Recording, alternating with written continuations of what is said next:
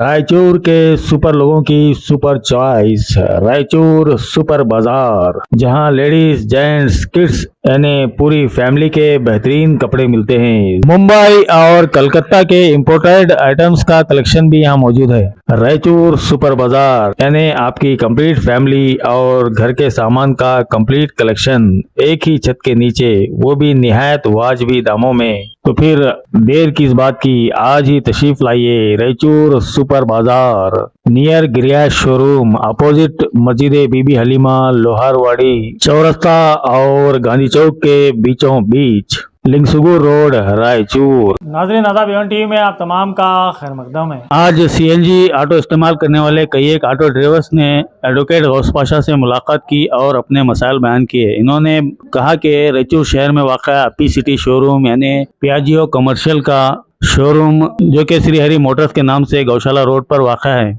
इस शोरूम की वजह से उन्हें काफ़ी तकलीफों का सामना करना पड़ रहा है।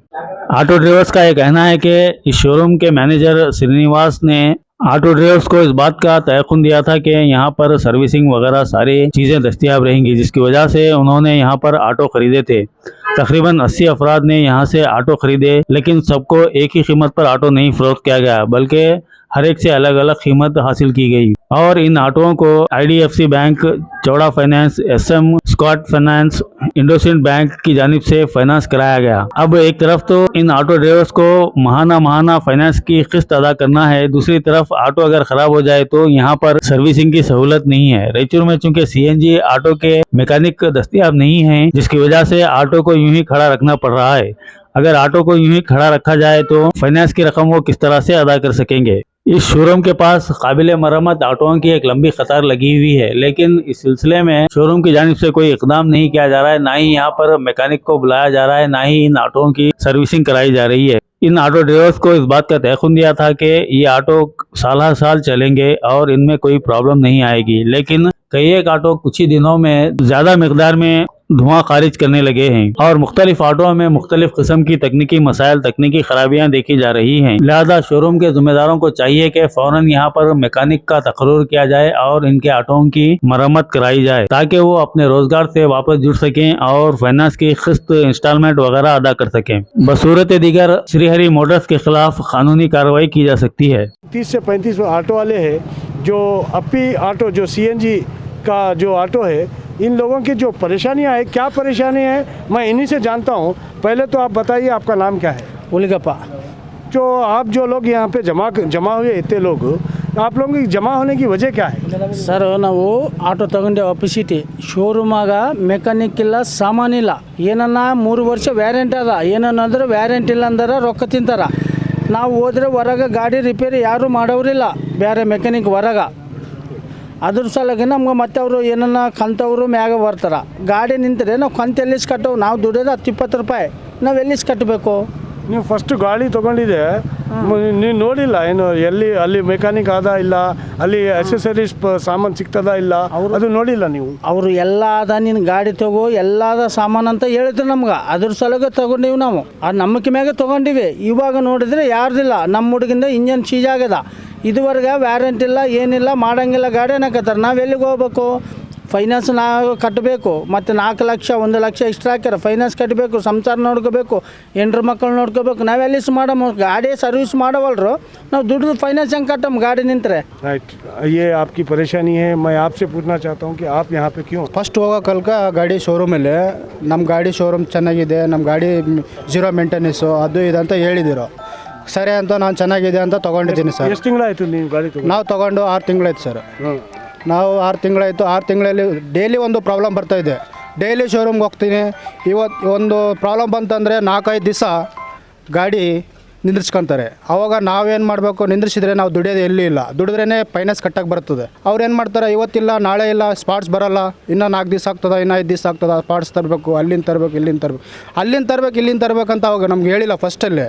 ಶೋರೂಮ್ದಾಗ ಗಾಡಿ ತೊಗೋಕಲ್ಕ ಎಲ್ಲ ಇಲ್ಲೇ ಸಿಗ್ತವೆ, ಇಲ್ಲೇ ಫ್ರೀಯಾಗಿ ಮಾಡಿಕೊಡ್ತೀವಿ, ಎಲ್ಲ ಟೋಟಲ್ ನೀನು 3 ವರ್ಷ ಗ್ಯಾರಂಟಿ ಕೊಡ್ತೀನಿ ಗಾಡಿದು ಅಂತ ಎಲ್ಲ ಹೇಳಿದ್ದಾರೆ ಅವರು. ಆಮ್ಯಾಗ ನಾವು ಅದೇ ನಂಬಿಕೆ ಮ್ಯಾಗ ತೊಗೊಂಡಿದ್ವಿ. ಇವಾಗ ತೊಗೊಂಡಿದ ಮ್ಯಾಗ ಏನೂ ಇಲ್ಲ, ಏನು ಕೊಡಂಗಿಲ್ಲ, ಏನು ಮಾಡಂಗಿಲ್ಲ, ನೀವೇನು ಮಾಡ್ಕೊಂತೀರಿ ಮಾಡ್ಕೊಂತ ಹೇಳಕತ್ತಾರ ಸರ್. ಅವರು ಶೋರೂಮ್ ಅವರೇ ಮಾಡಿಸಿದ್ರು ಸರ್. ನಮಗೆ ಫೈನಾನ್ಸು ಅವರೇ ಮಾಡಿಸಿದ್ರು, ಅವರೇ ಕರೆ ಕಳಿಸಿದ್ರು, ಅವರೇ ಕುಂದ್ರಿಸಿದ್ರು, ನೋಡಿದರು, ಸಿವಿಲ್ ನೋಡಿದರು, ಎಲ್ಲ ನೋಡಿದರು, ಮ್ಯಾನೇಜರು ನೋಡಿ ಕಳಿಸಿ ಮಾಡಿಸ್ಬಿಟ್ಟು. नहीं आप लोग इतने लोग ऑटो लिए तो सब लोगों को मैं ये भी सुनने में आया कि इनवाइस जो टोटल अमाउंट रहता जो आपको देते इनवाइस में सबके ऑटो के जो है ना अलग अलग प्राइस है, अलग अलग रेट है, ये भी सुना मैं. ಸರ್ ನಾನು ಇವಾಗ ನನಗೆ 3,05,000 ರೂಪಾಯಿ ಅಂತ ಕೊಟ್ಟಿದ್ದಾರೆ. ನನ್ನ ಫ್ರೆಂಡು ಗಾಡಿ ಇನ್ನೊಬ್ಬನಿಗೆ ನಾನು ತಗೋ ಅಂತ ಹೇಳಿದರೆ ಅವನಿಗೆ 3,10,000 ಅಂತ ಕೊಟ್ಟಿದ್ದಾರೆ. ಮತ್ತು ಇನ್ನೊಬ್ಬರಿಗೆ 3,15,000 ಅಂತ ಕೊಟ್ಟಿದ್ದಾರೆ. ಮತ್ತು ಇನ್ನೊಬ್ಬರಿಗೆ 3,20,000 ಅಂತ ಕೊಟ್ಟಿದ್ದಾರೆ. ಅವರೆಲ್ಲರಿಗೆ ಬೇರೆ ಬೇರೆ ಬೇರೆ ಬೇರೆ ಥರ ರೇಟ್ ಕೊಟ್ಟಿದ್ದಾರೆ. ನಮಗೆ 3,05,000 ಅಂತ ಕೊಟ್ಟಿದ್ದಾರೆ. ಎಲ್ಲರಿಗೂ ಬೇರೆ ಬೇರೆ ರೇಟ್ ಕೊಟ್ಟಿದ್ದಾರೆ ಸರ್. ಎಲ್ಲರಿಗೆ ಇನ್ವಾಯ್ಸಲ್ಲಿ ಒಂದೇ ರೇಟ್ ಹಾಕಿ ಫೈನಾನ್ಸ್ ಮಾಡಿದ್ದಾರೆ. ಹೆಂಗೆ ಸರ್ ಹಂಗೆ? ನೀವು ಅದು फाइनेंस जो करे ना वो फाइनेंस वो लोग करे शोरूम वाले क्या आप जो है ना फाइनेंस वाले आपको ಶೋರೂಮ್ ಅವರೇ ಕರ್ಕೊಂಡು ಬಂದು ನಮ್ಮ ಮುಂದೆ ಕೂಡಿಸಿ ಅವರೇ ಮಾಡಿಸಿದ್ದಾರೆ. ಅವ್ರು ಏನೇನು ಮಾಡಿ फाइनेंस हो ಚೌಳ ಫೈನಾನ್ಸ್. अब वो लोग जो फाइनेंस वाले हैं जो तुम्हारे को गाड़ी सीज करने आ रहे तो उन लोगों को तुम सुनाए तो भी वो लोग क्या बोल रहे? उन क्या बोल रहे एक कंत नहीं बनाया तो वो लेका बोल रहे गाड़ी सीज करता और फिर बाद में कई को नहीं बनते वो ये ऐसा बोल रहे. तुम्हारे को ಮತ್ತೆ ನಾವು ದುಡಿಯೋದು 500 ರೂಪಾಯಲ್ಲಿ ಗ್ಯಾಸ್ 200 ರೂಪಾಯಿ ಗ್ಯಾಸ್ ಹೋದ್ರೆ ಬಿ ಚೌಳ ಫೈನಾನ್ಸ್ ಅವರು 9,000 ರೂಪಾಯಿ ಫೈನಾನ್ಸ್ ಐತೆ ತಿಂಗಳಿಗೆ. 300 ರೂಪಾಯಿ ಅವ್ರಿಗೆ ತೆಗೆದು 200 ರೂಪಾಯಿ ಗ್ಯಾಸ್ ಹಾಕಿದರೆ ಮನೇಲಿ ಏನು ನಡಿಬೇಕು ಸರ್? ಅದು ನಾವು ಕೇಳ್ತಾ ಇರೋದು. ಚೌಳ ಫೈನಾನ್ಸಲ್ಲಿ ಇವಾಗ 3 ಲಕ್ಷ ರೂಪಾಯಿ 3,05,000 ರೂಪಾಯಿ ಗಾಡಿ ತೊಗೊಂಡ್ರೆ 2 ಲಕ್ಷ ಇಂಟ್ರೆಸ್ಟ್ ಬರುತ್ತೆ ಸರ್. 2 ಲಕ್ಷ ಇಂಟ್ರೆಸ್ಟ್ ಬರುತ್ತೆ ಸರ್. ಮತ್ತು ಅಷ್ಟೊಂದು 3 ವರ್ಷಕ್ಕೆ 4 ವರ್ಷಕ್ಕೆ 2 ಲಕ್ಷ ಇಂಟ್ರೆಸ್ಟ್ ತೊಗೋಕತ್ತಾರೆ ಸರ್ ಅವರು. ಒಂದು ತಿಂಗಳಕ್ಕೆ ಒಂದು ದಿವಸ ಒಂದು 3 ದಿವಸ ಕಟ್ಟಿಲ್ಲ ಅಂದರೆ 300 ರೂಪಾಯಿ ಫೈನ್ ಸರ್. ಒಂದು ದಿವಸಕ್ಕೆ 700 ರೂಪಾಯಿ ಫೈನ್ ಸರ್. 1700 ರೂಪಾಯಿ ಆಗ್ತದೆ. 1700 ರೂಪಾಯಿ ಒಬ್ಬೊಬ್ಬರಿಗಿಂದು ಅಲ್ಲ ಸರ್. 1300 रुपये कंतार चेक बाउंस का 1300 रुपये. एक कंत ड्यू करे तो 1300 रुपये कंतारा. आप गाड़ी कितने साल वाले? अब लेको 9 महीना सर. 9 महीने हुआ. 9 महीना हुआ. गाड़ी गैस पे नहीं चालू हो रहा, खाली पेट्रोल पे. पेट्रोल चालू करे तो पेट्रोल कहता 10 किलोमीटर नहीं आता, 1 लीटर 1 लीटर नहीं आता. आप CNG कहाँ से आता? तुम जो शोरूम को जाको जो है ना वो शिकायत करे तो शिकायत करे तो वहाँ पे मैकेनिक नहीं है. नहीं है मैकेनिक. कितने महीने से नहीं है वो गाड़ी शोरूम खोले से नहीं है. आप लोग तहकीकात कर को नहीं लिए? अरे बोले तो ले आए. मैं आता ऑटो मंगाता हूँ सब शोरूम का पूरा ये कर को कोप्पड़ से मंगाता हूँ, उधर से मंगाता हूँ, हुबली गदग से मंगाता हूँ. सब बोल रहा है यादव. और इसमें से जो है ना कई लोग करे MD को बात करे, उसके मैनेजर को भी बात करे. क्या सब ऐसा है. अब वो फाइनेंस वाला एक दिन नहीं छोड़ रहा ना. एक दिन ड्यू हुआ तो सीधा घर के ना 4-5 जने आ रहे. अब किधर क्या आना पकड़ लेना चले जाना. बात उठ नहीं चांसेस दे रहे नहीं. अब कहाँ से आगे अगर तुम जो है ना अगर ये शोरूम वाला नहीं सुना तो आप जो है ना डिप्टी कमिश्नर के पास या SP के पास या RTO के पास जाकर जो है ना अपनी शिकायत करेंगे? नहीं शिकायत करते जरूर करते सब. ये तो जरूर पूरी टीम मिला के हमें जितने भी रायचूर में जितने गाड़ियाँ सेल हो गए PCT CNG जितने भी सेल है सबको जमा करके पूरा जाके DC सबको मिलते ठीक बात करेंगे. आपका क्या प्रॉब्लम है? हमारा प्रॉब्लम है मेरा गाड़ी का ब्रेक का किट गया था. उनको डालो बोल के 1 महीना हो गया. वो नहीं डाले. फिर भी मैं मेरी मजबूरी से उसको कंत भरने का था. मैं मेरा वो पर्सनल लोन है पूरा कंत भरने का है. वो एक दिन नहीं बना तो 1300 रुपये फाइन डाल रहे थे. वो फाइन डाले सुना हो वो भी फाइन के ऊपर हमें फाइन नहीं बने तो फाइन के ऊपर फाइन डाल रहे थे. वो इसलिए मजबूरी से मैं पंप में ब्रेक पकड़ रहा था चला लिया मैं. वो डिवाइडर आता ना उसको डैश मार के एक्सीडेंट हो गया मेरा. उसके बाद उन्होंने किट डाले. पहले डालो को तो बोले तो नहीं डाले. उसके बाद है सो वो शोरूम में गाड़ी ठहरती ना वो गाड़ी का खोल के मेरी गाड़ी को डाले. अब ये जो यहाँ पे शोरूम में जो इंचार्ज है कि उनका नाम क्या है? श्रीनिवास यादव से आप मुलाकात करने के बाद उन्होंने क्या बोले? नहीं उन्होंने क्या बोल रहे मालूम, मंगाते करते होता ही बोल कितने रहे. महीने से? 22 महीने से बोल रहे. 22 महीने से हाँ यही हाल है. यही हाल है. लड़ के बस हो गया हमारे को. हर टाइम दे रहे हैं उनको. लास्ट में कदम उठाना पड़ा कि वकील साहब के पास आके बात करना पड़ा, तुम्हारे को बुलाना पड़ा.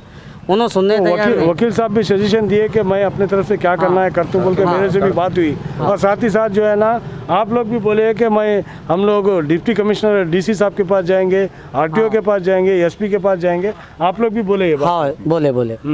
मगर क्या बोल आप क्या नाम है? मेरा नाम सलीम पाशा है। आपको क्या ये मार कैसा लगा ये? कान का ऑपरेशन करा लिया सर है। हाँ। और घर का ने आगे का कंत वाले पूछ रहे फनस वाले। अब ऑटो लेको कितने महीने हुआ तुम? मैं यहाँ लेकर 9 महीने हुआ। 9 महीने हुआ। 9 महीने हुआ। 9 महीने से कभी मैं गाड़ी का काम निकला क्या? गाड़ी का काम तो मैंने बाहर का काम कराया सर। उधर वहाँ का मैकेनिक नहीं था, क्या भी नहीं था। लाइनर टायर साफ हो रहे थे। लाइनर बुश मारने को पूछा, नहीं कर तुम बोले। और बाहर करा लिया मैं 5,000 रुपये रख के बाहर करा लिया। आपका ऑटो को फाइनेंस कितना है? मेरा ऑटो का फाइनेंस 4 साल का है। नहीं महीने को कितना बनने का? महीने को 8,600 रुपये बना। अब कितना बैलेंस है आप? मेरा अभी 1 साल का है। वो जाके सिविल चेक करे तो मालूम पड़ता है। वो हॉस्पिटल जाकर भी वहाँ को भी आए थे, मगर घर का किराया घर में उन्होंने भी आगो टार्चर दे रहे सर। पीछे फोन करते कला से।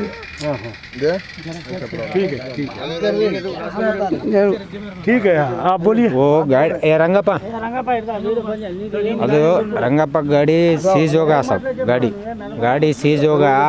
वो 15,000 रुपये शोरूम वाला दिया मैनेजर। 15,000 उधार दिया। उधार देखो गाड़ी दिया। अब उन क्या नाम तुम्हारा? రంగప్ప क्या है तुम्हारा प्रॉब्लम क्या है बोलो ऑटो का? 15,000 ఉద్దరిచ్చిండే ఆ 15,000 కోసం షోరూమ్ దావద్దని చెప్పాడు. వారంటీ ఇచ్చాక అంటాడు. ఇప్పుడు గాడి ఇంజన్ సీజ్ అయ్యేది 30,000 ఖర్చు అవుతా అంటాడు. కంతోళ్ళు ఇంటికి వస్తూ ఉంటారు. కొత్త గాడి సార్, కొత్త గాడి। कितने महीने हुआ तुम्हारा गाड़ी? एक साल हुआ। 1 साल हुआ। 1 साल हुआ। क्या नाम आपका? सैयद गौसल। हाँ, क्या मैं जो ये पूछना चाह रहा हूँ कि कई ऑटो वालों की शिकायत है गाड़ी कि का एक्सचेंज जो ऑफर था, एक्सचेंज ऑफर में जो पुरानी गाड़ी है वो पुरानी गाड़ी का रेट लगाने के बाद वो गाड़ी का रेट जो है ना अंदर करके नई गाड़ी का बिल्कुल शोरूम का रेट लगा के फिर फाइनेंस करा के दिए बोल के मैं ये भी बात गाड़ी का रेट है करेक्ट 286। आरटीओ आया ऑन रोड प्राइस। इन हमारे लोगों को 310, 315, 320, 318। अब उनको है ना 62,000 घपला कर दिए खलील भाई को। उन्होंने क्या बोल दिया मालूम, छोड़ देंगे। 288 लोन हुआ से उनका, लोन भी प्रूफ है। गाड़ी का रेट 2022 के 1 साल पुरानी गाड़ियाँ दी हमारे दोनों को। 1 साल पुराने देने के बावजूद भी हम रंधे लेवल के चला ले रहे थे। इन्हों क्या करे बोले तो नहीं समझ रहे थे। वायरिंग गया 6 महीने से। 1-2 गाड़ियाँ मेरे घर के पास ठहर गए। 2 गाड़ियाँ के वायरिंग गए से अभी तक कंपनी से आ रहा। 2 महीने से कंपनी से आ रहा, कोई पूछने वाला नहीं। बोर गया हेड गया आ रहा। 4 सुंबे के दिन आता बोले 4 सुंबा जा गया है ना, और 4 सुंबा आ रहा है भी, माल नहीं आ रहा। 1 महीना हुआ बोर जाके।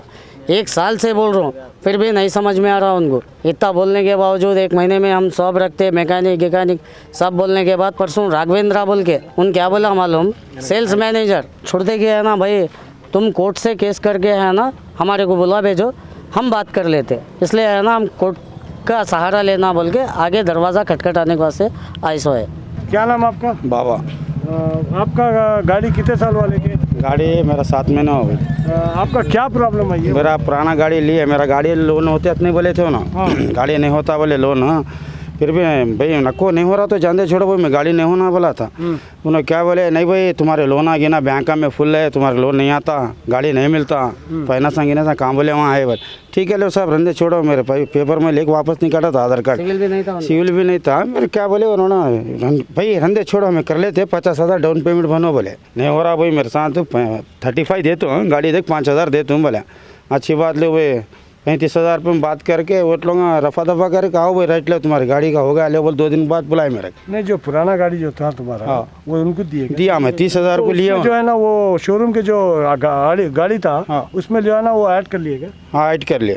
आपके गाड़ी का प्राइस कितना लगा? मेरा 30,000 लगाई भाई। 30,000। 5,000 हाथ को दिया, फिर मैं उनको 35 बोले उन्होंने मेरे। अच्छी बात ले भाई बोला मैकेनिक का 95% लोन करे से नहीं, वो तो 95% आपका लोन करे मैं मानता हूँ। और उसके बाद आप गाड़ी लेके कितने महीने हुआ? 7 महीने हुआ। 7 महीने में कभी काम निकला क्या गाड़ी में? निकला अब कल बिठाए मीटर, वो मेरे 7 महीने से मीटर गया था, कल बिठाए पूछ को बस हो गया। आखिर में लड़ाया में जाके शोरूम में, क्या भाई सामान नहीं है क्या नहीं है, कौन साला मैनेजर हो ये बोल के पुकार लिया। पुकारे वाले लोग रंधे भाई आज आता कल आता, आज आता कल आता। फिर परसों भी जाके पुकारे हम, कल दिलाए मेरे को, कल बिठाए। नहीं है साहब, वो सीएनजी का मैकेनिक नहीं है। हाँ डीजल मैकेनिक है। सीएनजी मैकेनिक जमता नहीं, उसको उसका मैकेनिक अलग, ये मैकेनिक अलग। उन्हें आता खाली ऊपर काम करता। डीजल मैकेनिक क्या करेंगे, कुछ भी नहीं करता, इसलिए ये कंता मान्य नहीं हो रहा। कंता वाले तो कंता वाले तो एक दिन नहीं छोड़ रहे, खाली आए घर के 3-4 दिन घर के नहीं आ रहे। वो हमारे क्या करना है भाई, फेक छोड़ो मेरे क्या करना पड़ रहा कंता वाला, मेरे देने का देना, वो सब मेरे कंसर्ट नहीं। अब उन्हें क्या बोलता, मैं क्या करूँ, मैकेनिक नहीं है, मैं बुला भेज रहा हूँ। मैकेनिक क्या कर रहा है, उसे लार्ज में मैकेनिक रखे तो लार्ज के पैसे नहीं दे सक रहा शोरूम वाला। एमडी की भी बात करे और वो कोपड़ वाले की भी बात, कोपड़ मैकेनिक आया था, बुला भेज कैसा रिक्वेस्ट करे तो आया था, उसको खाने तक नहीं दे रहे, वैसा सता ले रहे मैकेनिक का कहा से उसका चार्ज देना पड़ता ना, जोरू बच्चे उसका खर्चा क्या, दूसरे को छोड़ का उसका मकान उसे क्या भी देना पड़ता ना, उसे भी नहीं दे रहे, क्या भी नहीं दे रहे। दिए उन्हें 100 ड्राइवर हैं 150 ऐसे दिए साल वो रख लेता, वो भी कोसो लार्ज ग्रीन लार्ज में रख रहे।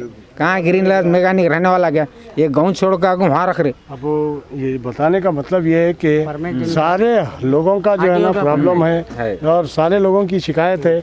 मैं और एक हमारे ऑटो वाले हैं, ये भी जो है ना अपना जो बहुत बड़ा प्रॉब्लम है इनका भी और बहुत परेशान है। आपका नाम क्या है पहले ये बताइए? अब्दुल रहीम मेरा नाम। तो आप की बहुत प्रॉब्लम क्या है मेरे को ये मुझे क्या है 13 महीने हो रहा गाड़ी लेके मैं, अभी तक मुझे परमिट नहीं दिया। जब शोरूम में गया 4 दिन 5 दिन, ये महीना वो महीना बोला। परसों जो ब्रोकर को बात करे तो ब्रोकर क्या बोल रहा कि मुझे दिया नहीं बोल रहा। तो अब इसका जिम्मेदार शोरूम वाला। तो शोरूम वाले क्या बोल रहे हैं? शोरूम वाला मैं जाके पूछा तो उन क्या बोल रहा, नहीं आजकल बोलते बोलते कल क्या बोला, क्या कर लेता कर ले, क्या तो भी कर ले, मैं बना के नहीं देते तुझे बोल रहा हूँ। अब ये इंश्योरेंस का मामला जो है ना, अब ये भी सुना मैं, इंश्योरेंस का क्या हुआ, लैप्स हो गया था? वो मेरा एक साल का इंश्योरेंस आता, वो इंश्योरेंस भी हो गया, हो जाके 6 तारीख को हो गया। मैं 1 साल से पूछ रहा हूँ से, उन दे रहा नहीं मुझे। अब परमिट पूछे तो नहीं दिया, अब ये इंश्योरेंस ड्यू हो गया। अब मुझे क्या बोल रहा, 9,000 रुपये इंश्योरेंस बना को दे तुम बोल रहा हूँ। अब अगर एक्सीडेंट हो गया तो गाड़ी कैसा तुम्हारा आगे? वही सब होने, एक्सीडेंट हो गया तो क्या घर भी बेच को देते क्या? तो अब उससे मैं जाके बोला तो वही बोला, तुम क्यों नहीं पूछे, गाड़ी ठहरा कर देना था ना वहाँ। 15 दिन ठहरा कर दिया था सबसे, शोरूम कर देना था ना। 15 दिन ठहरा कर दिया मैं गाड़ी। बोले तो ये आधा लो चला लो ओ जी, इत्तेफाकन का एक्सीडेंट हो गया तो क्या कर देते? एक तो तुम्हारे पास जब परमिट नहीं बोले तो इंश्योरेंस नहीं रहता सर। वहाँ भी एक्सीडेंट हुआ तो भी मेरे को 35,000 रुपये पूरा लॉस हो गया।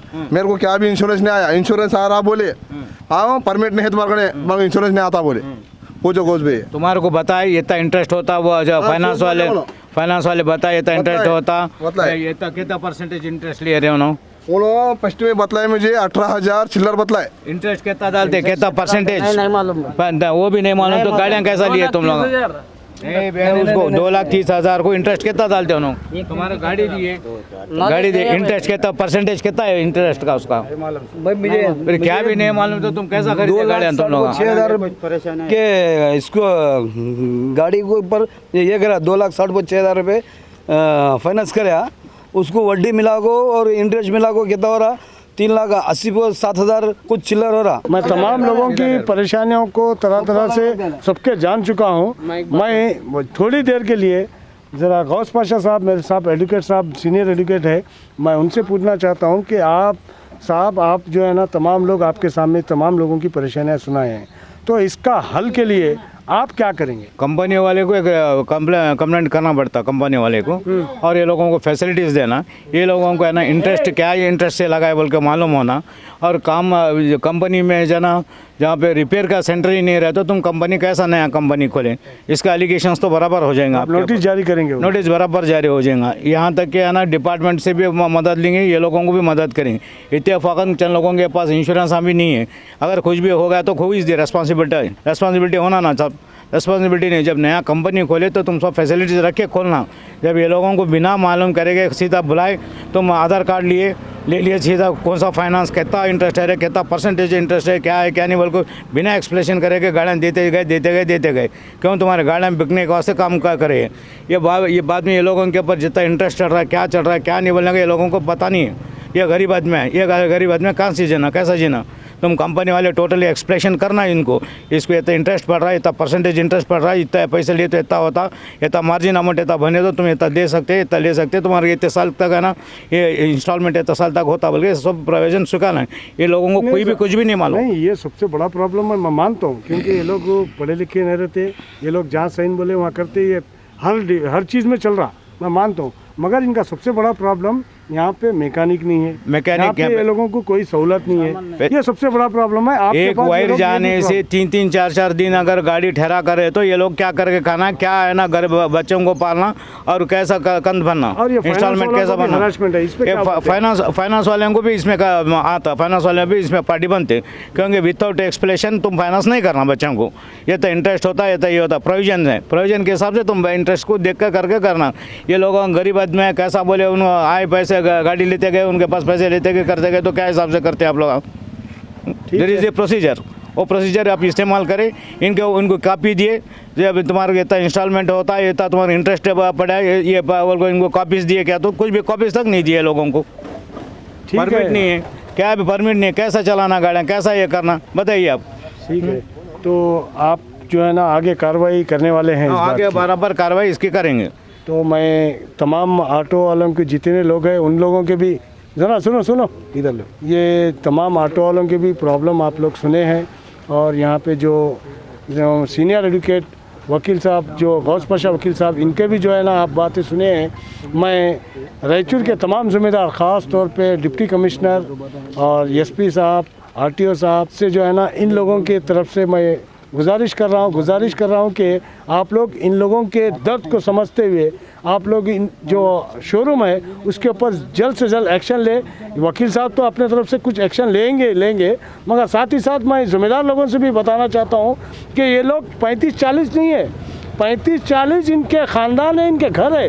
इन लोगों की तमाम लोगों की तकलीफ़ें हैं, इन लोगों तमाम लोगों की तकलीफ़ को देखते हुए मैं आप लोगों से गुजारिश कर रहा हूं कि जल्द से जल्द इस ऑटो शोरूम को, जो अपने सिटी शोरूम है जो गौशाला रोड पे, वहां पे जाकर जल्द से जल्द उसके ऊपर एक्शन होना चाहिए। मैं जाते जाते एक शेयर करते हुए अपनी बात को ख़त्म करता हूँ।